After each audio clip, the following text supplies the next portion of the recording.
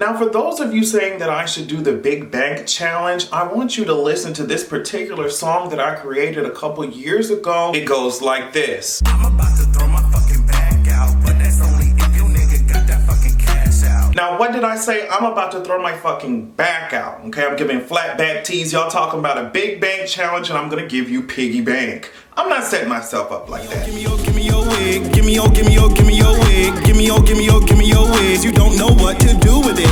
Give me your wig. Give me your. But I'm not gonna lie, I do enjoy seeing many of you niggas participate in this Big Bank Challenge. I wanted y'all to give me this same type of energy with the Busted Challenge, but it seems like y'all know what y'all doing with this Big Bank Challenge. I really love to see it. I love to see every time those big banks cause themselves to appear on my timeline. It makes me want to make a deposit.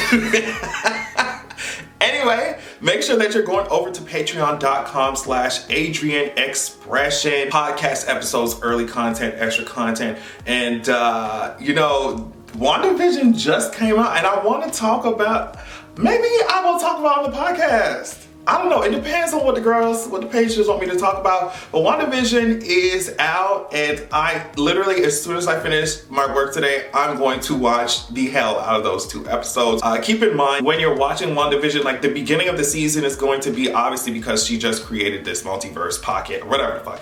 It's going to be this black and white kind of like alternate reality type shit, but then it's going to escalate into a full-blown like action-packed Marvel fucking movie, but in a TV show. So yeah, I can't wait. Getting ready to watch it. Speaking of another TV show, Insecure just made the announcement, HBO just made the announcement that Insecure is gonna have its final season, season 5, and that's gonna be it. The executive vice president of HBO programming, Amy Gravitt, she said this: Issa has turned insecurity into an iconic form of comedy. The show is as incisive as it is heartfelt, and it has resonated strongly with its audience because of the deeply personal work that Issa, Prentice, Melina, the cast and the writers have put into it. This talented team has conceived a brilliant final season for Insecure, and we look forward to having many more stories to tell with this singular group of collaborators. So HBO said, yeah girl, this show might be ending, but these motherfuckers are way too talented to let go, and we are going to be using their ass, as you should.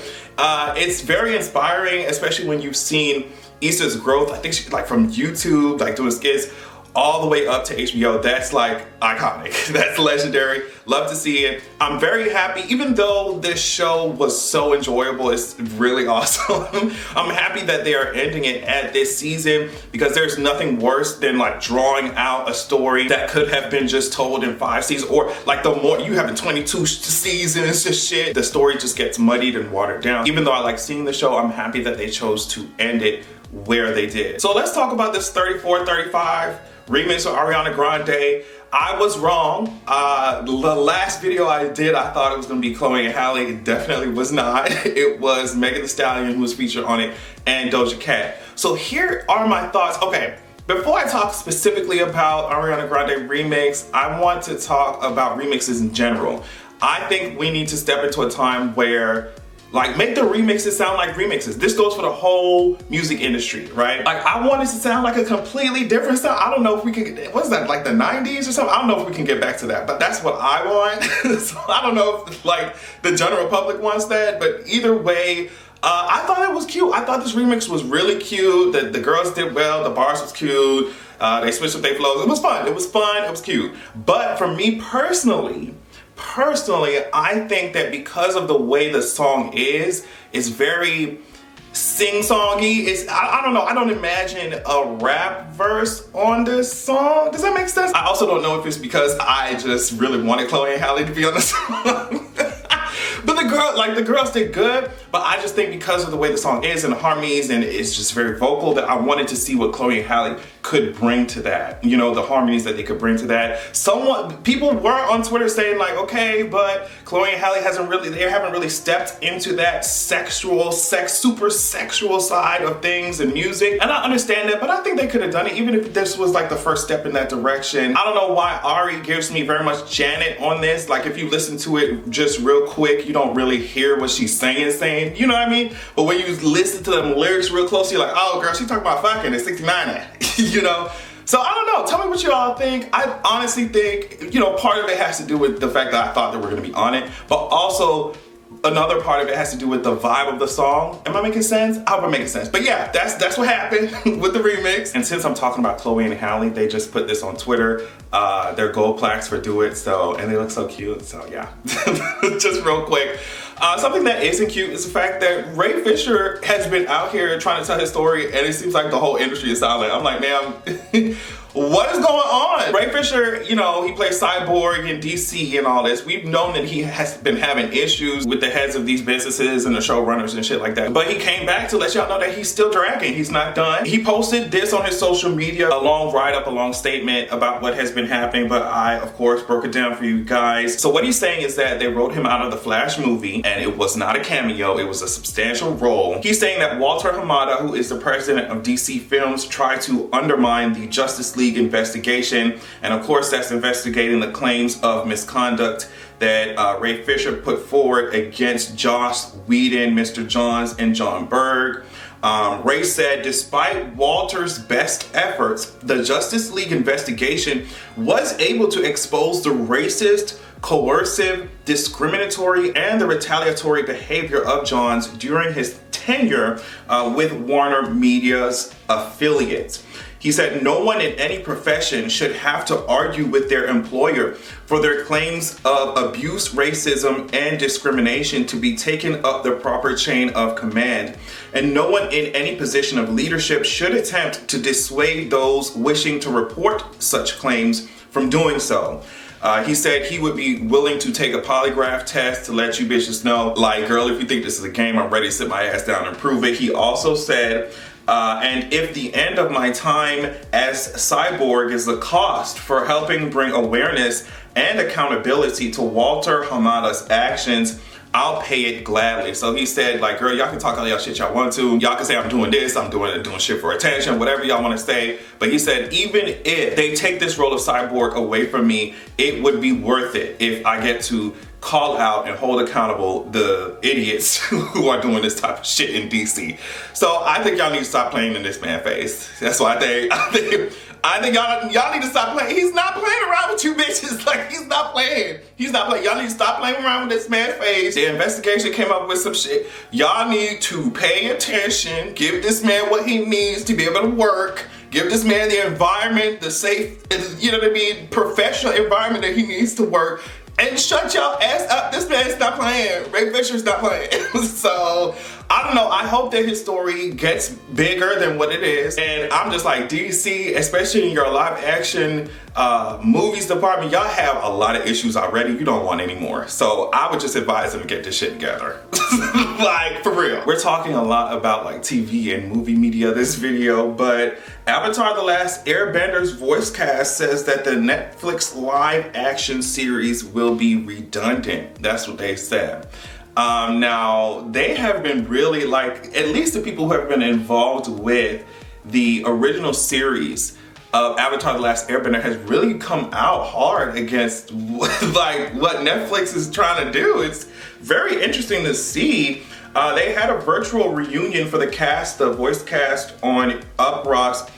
And D. Bradley Baker voiced Appa and Momo. They said, I just don't know how you fulfill that any better than the animated show did. I'm open to whatever they do with the live action series, which I know nothing about. But it's like, well, how do you do this better than the way that it was rendered on this show? I don't know how you do that. I hope you can. Olivia Hack, who was the voice of Ty Lee, said, especially when you're doing the exact series, the exact same series, but as live action. You're not adding onto it or expanding the universe. You're doing the same thing, which feels redundant, but I don't know.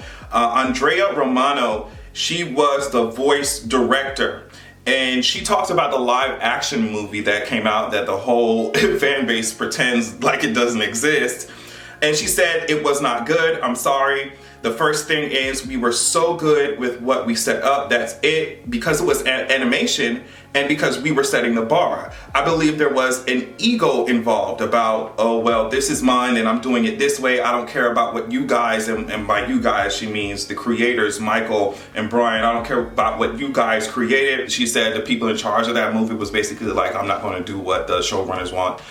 me to do. I'm just gonna do what the fuck I want to do, you know? And I think the reason why she brought that up is because we already saw how Netflix completely disregarded whatever the creators wanted to do, so much so that the creators decided to leave this show. So I think she's tying that into the fact that, okay, well, if Netflix is disregarding what the fuck the creators want, then it's probably gonna end up like the last movie. That's what they're saying. So I don't know, like the creators have come out against it, like the voice actors have said like, girl, this shit looks like it's gonna be whack. It's not giving for me. It's really not giving. It's not giving. Like, y'all need to, if y'all can't get this shit right, I would have loved to have seen a live action version of it, but it seems like y'all aren't going to be on track for this shit. Y'all need to call their asses back. If y'all don't want to do live action, call their asses back and do animated. Give us Kyoshi and sit y'all ass down until you can get this live action shit together, because it's not looking good. Give us Avatar Kyoshi and stop playing! Y'all already know that I like to end these videos on politics sometimes when my brain can handle it, you know what I mean? And Trump was impeached by the Democrats. Again, I think he's the first president ever to be impeached twice. So that's fine. And to lose a popular vote twice. Fine. Remember that just because the House impeached his ass does not mean that the Senate will convict or remove his ass. And it's the language you use here is very interesting, because even when they start the trial, the Senate trial, it will be like a day before Joe Biden gets sworn in. So even if they start the trial at that point, it won't end until, you know, Trump is out of office anyway. The whole point, I guess, this is just to make sure that he cannot run for public office again. NBC says senators are not expected to consider the House impeachment resolution until Tuesday, the day before President-elect Joe Biden enters office. Democrats will need at least 17 Republican senators to break ranks to convict President Donald Trump. Mitch McConnell is holding this door open. He says, I have not made a final decision on how I will vote, and I intend to listen to the legal arguments when they are presented to the Senate. I think unfortunately, McConnell's decision will be very important, because it will play a huge role in seeing if the Dems will be able to get those 17 Republicans. I think that McConnell's decision will directly influence whether or not these Republicans will break from Trump and decide to convict. Unfortunately, that turtle has a little bit too much power. I think the goal of this would just be to make sure that he cannot run for public office. I think as soon as he steps out of office, they are going to be on his ass with these investigations. And I think that's why he so desperately wants to overturn the results of this election. And of course, as we know, all of his attempts to do that shit has legally through the courts has failed, and he's trying to blame everybody else. That's what narcissists do. They blame everybody else for their issues except themselves. We already know that. But it's interesting, the latest one who caught the wheels of the bus that were going round and round because Trump threw his ass underneath that shit, the latest one who caught the wheels of the bus was Rudy Giuliani. CNN reported on Thursday, Trump has been blaming his longtime personal attorney and many others for the predicament he now finds himself in. Though he has not accepted any responsibility in public or in private, people familiar with his reaction told CNN. Giuliani is still expected to play a role in Trump's impeachment defense, but has been left out of most conversations thus far. This next one is coming from the Washington Post. Trump has instructed aides not to pay Giuliani's legal fees, two officials said, and has demanded that he personally approve any reimbursements for the expenses Giuliani incurred while traveling on the president's behalf to challenge election results in key states.